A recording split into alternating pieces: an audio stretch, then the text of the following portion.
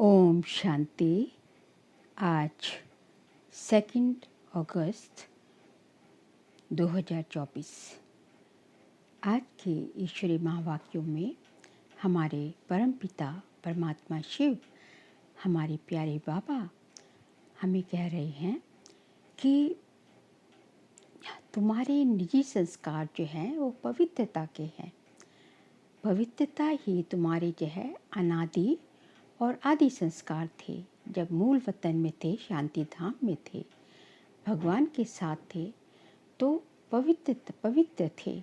और फिर जो है जब जो है देवी देवता सतयुग त्रेता में भी तुम पवित्र थे। तो पवित्रता तुम्हारे निजी संस्कार हैं। और रावण के संस्कार जो अपवित्रता है वो जब द्वापर से देवी देवता वाम मार्ग में जाते हैं तो फिर जो है विकारों की प्रविष्टता उनके अंदर होती है और फिर जो है सारी अपवित्रता के संस्कार आने शुरू हो जाते हैं। तो इसलिए जो है तुम्हें जो है जब भगवान जो है तुम्हें पुरुषोत्तम संगम युग पर जब जो है कलयुग की जो है अंत में जो है घोर कलयुग में जो है जब कलह कलेश चोर लूट सब जो है सब कुछ जो है झूठ फरेब जब जो है सब कुछ चरम सीमा तक पहुंच जाता है, अर्थात जब धर्म की अति ग्लानि हो जाती है। कौन से धर्म की? आदि सनातन देवी देवता धर्म की। जब अति धर्म की ग्लानि हो जाती है तब जो है मैं जो है आता हूँ, भगवान इस धरती पर आते हैं और अधर्म का विनाश और एक सत्य धर्म की स्थापना करते हैं। वह सत्य धर्म कौन सा है? आदि सनातन देवी देवता धर्म। तो जो है भगवान के आने से ही भगवान ही केवल, कोई मनुष्य मात्र में इतनी ताकत नहीं जो जो है सत्य धर्म की स्थापना कर सके। ये एक परमात्मा का ही काम होता है। तो हमें जो है हम बाबा से जो है बाबा के बच्चे जो बनते हैं, अर्थात पवित्रता की प्रतिज्ञा बाबा से करते हैं कि हम पवित्र होके दिखाएंगे। तो बाबा कहते हैं तुम्हें जो है इस पवित्रता की जो प्रतिज्ञा करते हो उसमें कायम रहना है। उसमें जो है माया के अधीन नहीं, माया के मुरीद नहीं बनना है, क्योंकि चारों ओर तो माया के ही राज है ना। राज सब कुछ जो दिखता है वो माया दिखती है। तो लेकिन हमें अपने को इतना दृढ़ बनाना है, अपने जो है इतना जो है बाबा की श्रीमत पर चलकर बाबा का हाथ और साथ से जो अपने को इतना दृढ़ बनाना है कि जो है हम माया के अधीन नहीं हो पाए जो है।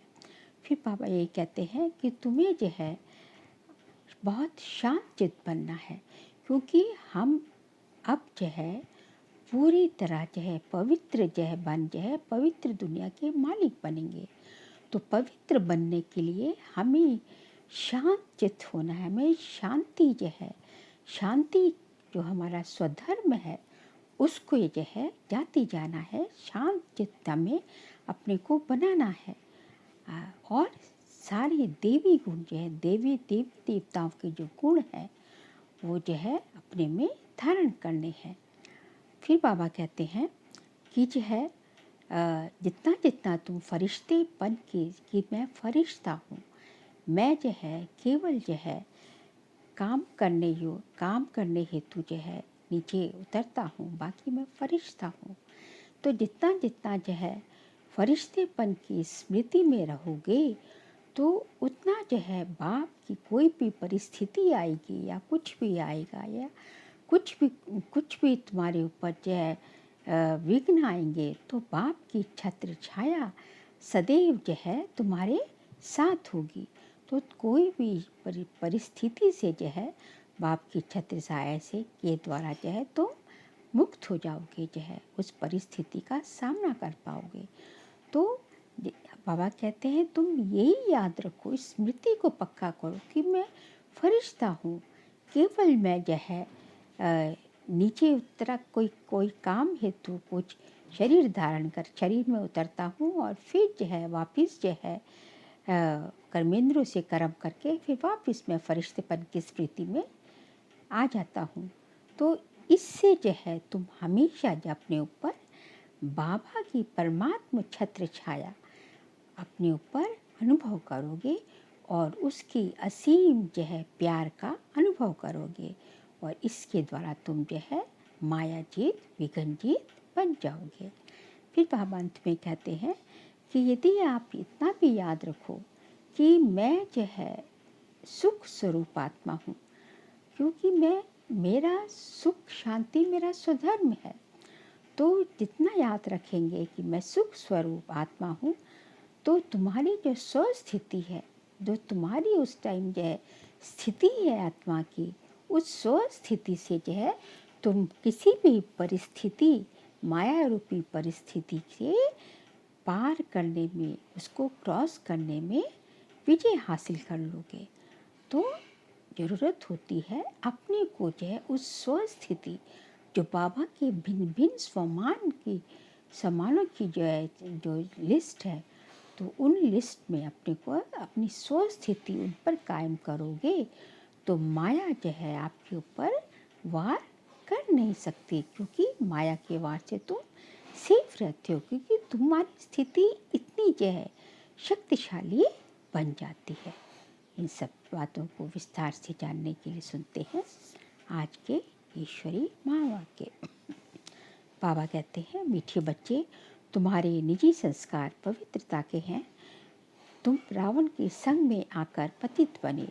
तुम्हारे निजी संस्कार पवित्रता के हैं। तुम रावण के संग में आकर पतित बने। अब फिर पावन दुनिया का मालिक बनना है।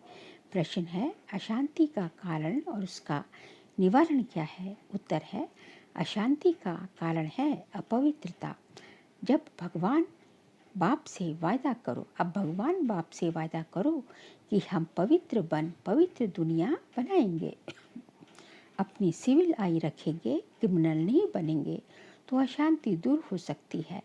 तुम शांति स्थापन करने के निमित्त बने हुए बच्चे कभी अशांति नहीं फैला सकते। तुम्हें शांत रहना है, माया के गुलाम नहीं बनना है। ओम शांति। बाप बैठ बच्चों को समझाते हैं कि गीता के भगवान ने गीता सुनाई, एक बार सुनाकर फिर तो चले जाएंगे। अभी तुम बच्चे गीता के भगवान से वही गीता का ज्ञान सुन रहे हो और राजयोग भी सीख रहे हो। वे लोग तो लिखी हुई गीता पढ़कर कंठ कर लेते हैं, फिर मनुष्य को सुनाते रहते हैं। वह भी फिर शरीर छोड़ जाएं, दूसरे जन्म में बच्चा बने, फिर तो सुना ना सके। अब बाप तुमको गीता सुनाते रहते हैं जब तक तुम राजाई प्राप्त करो। लौकिक टीचर भी पाठ पढ़ाते ही रहते हैं, जब तक पाठ पूरा हो सिखाते रहते हैं। पाठ पूरा हो जाता फिर हद की कमाई में लग जाते। टीचर से पढ़े, कमाई की, बूढ़े हुए, शरीर छोड़ा, फिर दूसरा शरीर जाकर लेते हैं। वो लोग गीता सुनाते हैं। अब इससे प्राप्ति क्या होती है ये तो कोई को पता नहीं। गीता सुनाकर फिर दूसरे जन्म में बच्चा बना तो सुना ना सके। जब बड़े हो, बुजुर्ग बने, गीता पाठी हो, तब फिर सुनाई। यहाँ बाप तो एक ही बार शांति धाम से आकर पढ़ाते हैं, फिर चले जाते हैं। जिनको पढ़ाता हूँ वह फिर आकर अपनी प्रारब्ध फूकते हैं, अपनी कमाई करते हैं, नंबरवार पुरुषार्थ अनुसार धारणा कर फिर चले जाते हैं। कहाँ? नई दुनिया में। ये पढ़ाई है ही नई दुनिया के लिए। मनुष्य तो ये नहीं जानते कि पुरानी दुनिया खत्म हो, फिर नई दुनिया स्थापन होनी है। तुम जानते हो हम राजयोग सीखते ही हैं नई दुनिया के लिए। फिर ना ये पुरानी दुनिया, ना पुराना शरीर होगा। आत्मा तो अविनाशी है। आत्माएं पवित्र बन फिर पवित्र दुनिया में आती हैं। नई दुनिया थी जिसमें देवी देवताओं का राज्य था, जिसको स्वर्ग कहा जाता है। वह नई दुनिया बनाने वाला भगवान ही है। वह एक धर्म की स्थापना कराते हैं, कोई देवता द्वारा नहीं कराते। देवता तो यहाँ है नहीं, तो जरूर कोई मनुष्य द्वारा ही ज्ञान देंगे, जो फिर देवता बनेंगे। फिर वही देवताएं पुनर्जन्म लेते लेते अभी ब्राह्मण बने हैं। ये राज तुम बच्चे ही जानते हो। भगवान तो है निराकार, जो नई दुनिया रचते हैं। अभी तो रावण राज्य है। तुम पूछते हो कलयुगी पतित हो या सतयुगी पावन हो, परंतु समझते नहीं। अब बाप बच्चों को कहते हैं, हमने 5000 वर्ष पहले भी तुमको समझाया था। हम आते ही हैं तुम बच्चों को आधा कल्प सुखी बनाने, फिर रावण आकर तुमको दुखी बनाता है। ये सुख दुख का खेल है। कल्प की आयु 5000 वर्ष है, तो आधा आधा करना पड़े ना। रावण राज्य में सब देह अभिमानी विकारी बन जाते हैं। ये बातें भी तुम अब समझते हो, आगे नहीं समझते थे। कल्प कल्प जो समझते हैं वही समझ लेते हैं। जो देवता बनने वाले नहीं वे आएंगे ही नहीं। तुम देवता धर्म की कलम लगाते हो। जब वे आसुरी तमो प्रधान बन जाते हैं तो उनको देवी झाड़ का नहीं कहेंगे। झाड़ भी जब नया था तो सतो प्रधान था, अब उसके पत्ते देवी देवता थे। फिर रजो तमो में आए, पुराने पतित शूद्र हो गए। पुरानी दुनिया में पुराने मनुष्य ही रहेंगे। पुराने को फिर से नया बनाना पड़े। अब देवी देवता धर्म ही प्राय लोप हो गया है। बाप भी कहते हैं, जब जब धर्म की ग्लानि होती है तो पूछा जाएगा किस धर्म की ग्लानि होती है। जरूर कहेंगे आदि सनातन देवी देवता धर्म की, जो मैंने स्थापन किया था वह धर्म ही प्राय लोप हो गया, उसके बदले अधर्म हो गया। तो जब धर्म से अधर्म की वृद्धि होती जाती है तब आप पाते हैं। ऐसे नहीं कहेंगे धर्म की वृद्धि, धर्म तो प्राय लोप हो गया, बाकी अधर्म की वृद्धि होती है। बाकी अधर्म की वृद्धि हुई, वृद्धि तो सब धर्मों की होती है। एक क्राइस्ट से कितनी क्रिश्चियन धर्म की वृद्धि होती है। बाकी देवी देवता धर्म प्राय लोप हो गया। पतित बनने के कारण आप ही ग्लानि करते हैं, आप ही ग्लानि करते हैं। धर्म से अधर्म भी एक ही होता है। और तो सब ठीक चल रहे हैं, सब अपने अपने धर्म पर कायम रहते हैं। जो आदि सनातन देवी देवता धर्म वाइसलेस था वे विशेष बन पड़े हैं। हमने पावन दुनिया स्थापन की, फिर वही पतित शूद्र बन जाते हैं, अर्थात उस धर्म की ग्लानि हो जाती है।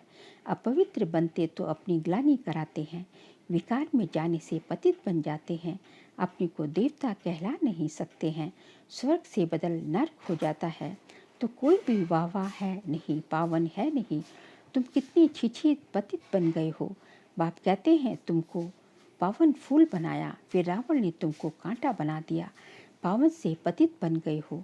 अपने धर्म की ही हालत देखनी है। पुकारते भी हैं कि हमारी हालत आकर देखो, हम कितने पतित बने हैं, फिर हमको पावन बनाओ। पतित से पावन बनाने बाप आते हैं तो फिर पावन बनना चाहिए, औरों को भी बनाना चाहिए। तुम बच्चे अपने को देखते रहो कि हम सर्वगुण संपन्न बने हैं। हमारी चलन देवताओं मिसल है। देवताओं के राज्य में तो विश्व में शांति थी, अब फिर तुमको सिखलाने आया हूँ विश्व में शांति कैसे स्थापन हो, तो तुमको भी शांति में रहना पड़े। शांत होने की युक्ति बताता हूँ कि मेरे को याद करो तो तुम शांत हो शांति धाम में चले जाएंगे। कोई बच्चे तो शांत रहकर औरों को भी शांति में रहना सिखलाते हैं, कोई अशांति कर देते हैं, खुद अशांत रहते हैं तो औरों को भी अशांत बना देते हैं। शांति का अर्थ नहीं समझते, यहाँ आते हैं शांति सीखने, फिर यहाँ से जाते हैं तो अशांत हो जाते हैं। अशांति होती ही है अपवित्रता से। यहाँ आकर प्रतिज्ञा करते हैं, बाबा हम आपका ही हूँ, आपसे विश्व की बादशाही लेनी है। हम पवित्र रहकर फिर विश्व के मालिक जरूर बनेंगे। फिर घर में जाते हैं तो माया तूफान में ले आती है, युद्ध होती है ना, फिर माया के गुलाम बन पतित बन जाते हैं। अबलाओं पर अत्याचार वही करते हैं जो प्रतिज्ञा भी करते हैं कि हम पवित्र रहेंगे, फिर माया का वार होने से प्रतिज्ञा भूल जाते हैं। भगवान से प्रतिज्ञा की है कि हम पवित्र बन पवित्र दुनिया का वर्षा लेंगे, हम सिविल आई रखेंगे, अपनी कुदृष्टि नहीं रखेंगे, विकार में नहीं जाएंगे, क्रिमिनल दृष्टि छोड़ देंगे। फिर भी माया रावण से हार खा लेते हैं। तो जो निर्विकारी बनना चाहते हैं उनको तंग करते हैं। इसलिए कहा जाता है अबलाओं पर अत्याचार होते हैं। पुरुष तो बलवान होते हैं, स्त्री निर्बल होती है। लड़ाई आदि में भी पुरुष जाते हैं क्योंकि बलवान हैं, स्त्री नाजुक होती है तो उनका कर्तव्य ही अलग है। वे घर संभालती है, बच्चे पैदा कर उसकी पालना करती है, ये भी बाप समझाते हैं। वहाँ होता ही है एक बच्चा, सो भी विकार का नाम नहीं। यहाँ तो सन्यासी भी कभी कभी कह देते हैं कि एक बच्चा तो जरूर होना चाहिए। क्रिमिनल आयु वाले ठग ऐसी शिक्षा देते हैं। अब बाप कहते हैं इस समय के बच्चे क्या काम के होंगे, जबकि विनाश सामने खड़ा है, सब खत्म हो जाएगा। मैं आया ही हूँ पुरानी दुनिया का विनाश करने। वह हुई सन्यासियों की बात, उन्हों को तो विनाश की बात का मालूम ही नहीं। तुमको बेहद का बाप समझाते हैं। अब विनाश होना है, तुम्हारे बच्चे वारिस बन नहीं सकेंगे। तुम समझते हो हमारे कुल की निशानी रहे, परंतु पतित दुनिया की कोई निशानी रहेगी नहीं। तुम समझते हो पावन दुनिया के थे, मनुष्य भी याद करते हैं, क्योंकि पावन दुनिया होकर गई है जिसको स्वर्ग कहा जाता है, परंतु अब तुम प्रधान होने के कारण समझ नहीं सकते हैं। उन्हों की दृष्टि ही क्रिमिनल है। इसको कहा जाता है धर्म की ग्लानि। आदि सनातन धर्म में ऐसी बातें होती नहीं। पुकारते हैं पतित पावन आओ, हम पतित दुखी हैं। बाप समझाते हैं हमको, हमने तुमको पावन बनाया, फिर माया रावण के कारण तुम पतित बने हो। अब फिर पावन बनो। पावन बनते हो फिर माया की युद्ध चलती है। बाप से वर्षा लेने का पुरुषार्थ कर रहा था, परंतु फिर मुंह काला कर दिया तो वर्षा कैसे पाएंगे। बाप आए हैं गोरा बनाने। देवताएं जो गोरे थे वही काले बने हैं। देवताओं के ही काले शरीर बनते हैं, काले शरीर बनाते हैं। क्राइस्ट बुद्ध आदि को कभी काला देखा। देवी देवताओं के चित्र काले बनाते हैं।